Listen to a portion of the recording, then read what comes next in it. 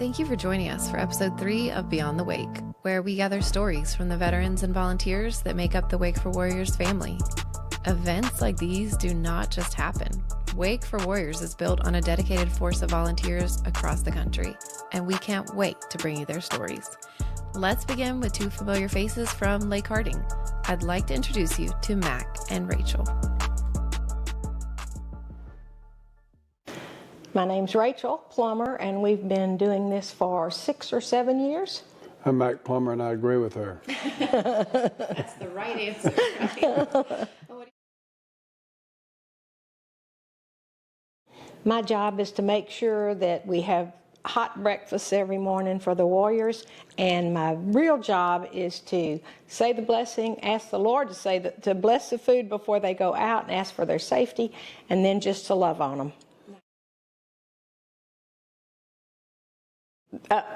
I'm Mimi. Yeah. I'm Papa. Mimi and Papa of Wake for Warriors. Right. Yeah. And he's in charge of coffee, remember? I'm the coffee dude. And he's real popular in the morning. Everybody wants to see Papa about their coffee. Yeah. You are my hero, Papa.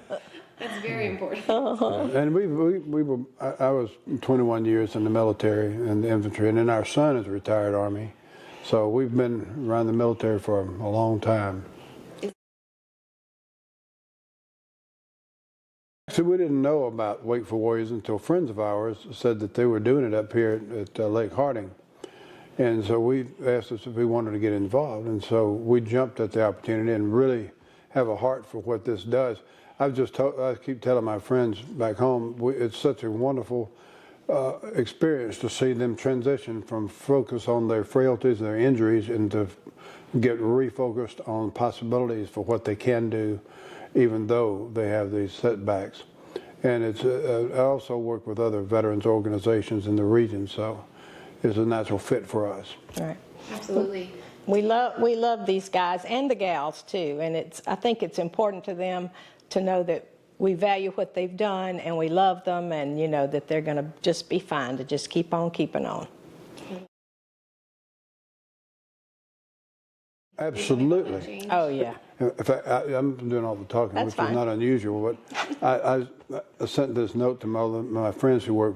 I work with a homeless veterans shelter back we established in Columbus.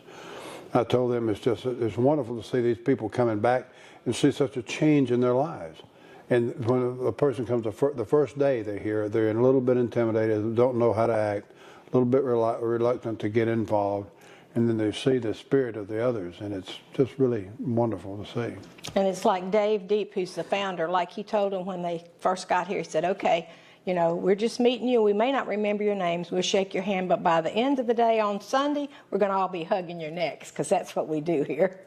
Yeah, you can see the difference in them. They tell you we always say, how did you do? Are you okay? Yeah, it was great. You know, I face planted, but I got back up, you know, and their attitude is amazing. It really is, really is.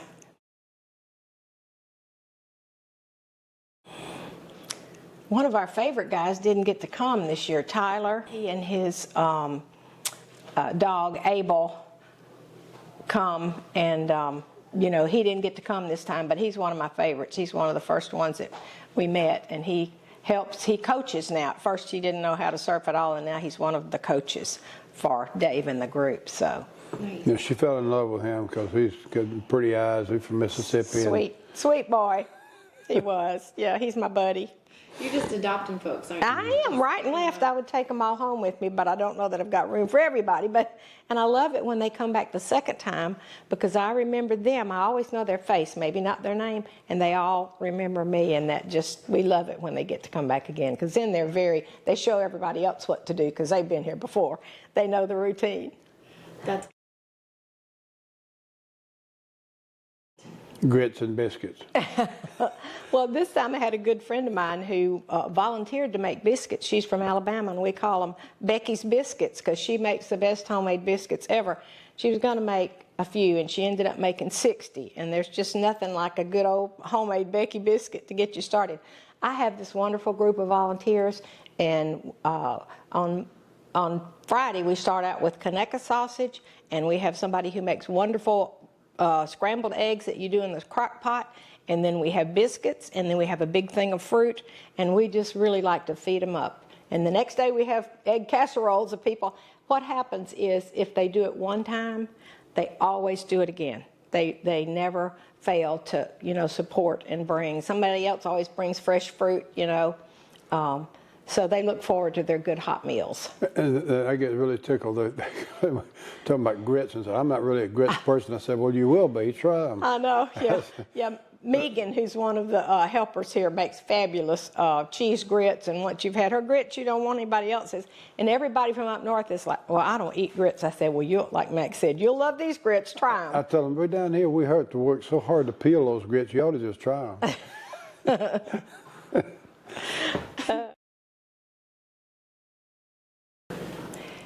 The hardest thing for me, I'll just be straight out honest with you.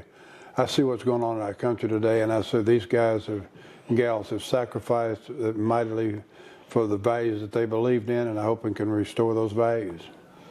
Right. It's hard. We've only had one person that we know of in the 7 or however long we've been doing it that maybe didn't make it after they returned to their regular home, Some of them have PTSD. A lot of them are missing arms, legs, whatever. We have all the adaptive equipment, and they teach them how to surf no matter what. Some of it's PTSD, though, and you can't tell by looking, but they really have struggled. And we hope that we let them know that we love them and we appreciate them and that they're going to be just fine. And it was a fine balance between pushing them into opening up and just letting them do it on their own time. Right. So they have to establish trust, and that takes a while. And that's the value of these multi-day events, right? Exactly. Yeah. Like we said, the first day that Max said, they're kind of, oh, hey, my name's Hank or whatever, But by the end, hey, how are you this morning? Then they open up and they're glad to see you or act like they are anyway. And it's quite an endeavor. It takes a lot of people to get all this planned, the transportation, the housing, and the food and all of that. Almost all of it's volunteer. People volunteer if they own a restaurant or whatever, and that really helps. So we try to take good care of them, make sure they have a good time.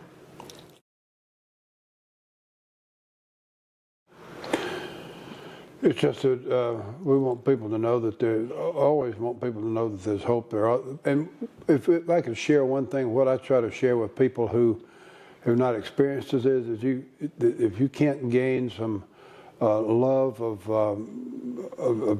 doing your duty for your country, you look at these people and you know what they've gone through, and don't look at your disabilities as minuscule compared to what they've gone through, what they're overcoming.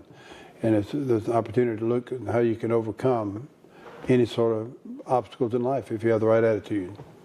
That's right. And just to let them know how much we appreciate what they've done for us, because they sacrificed mightily for us, and we just don't ever want to take it for granted.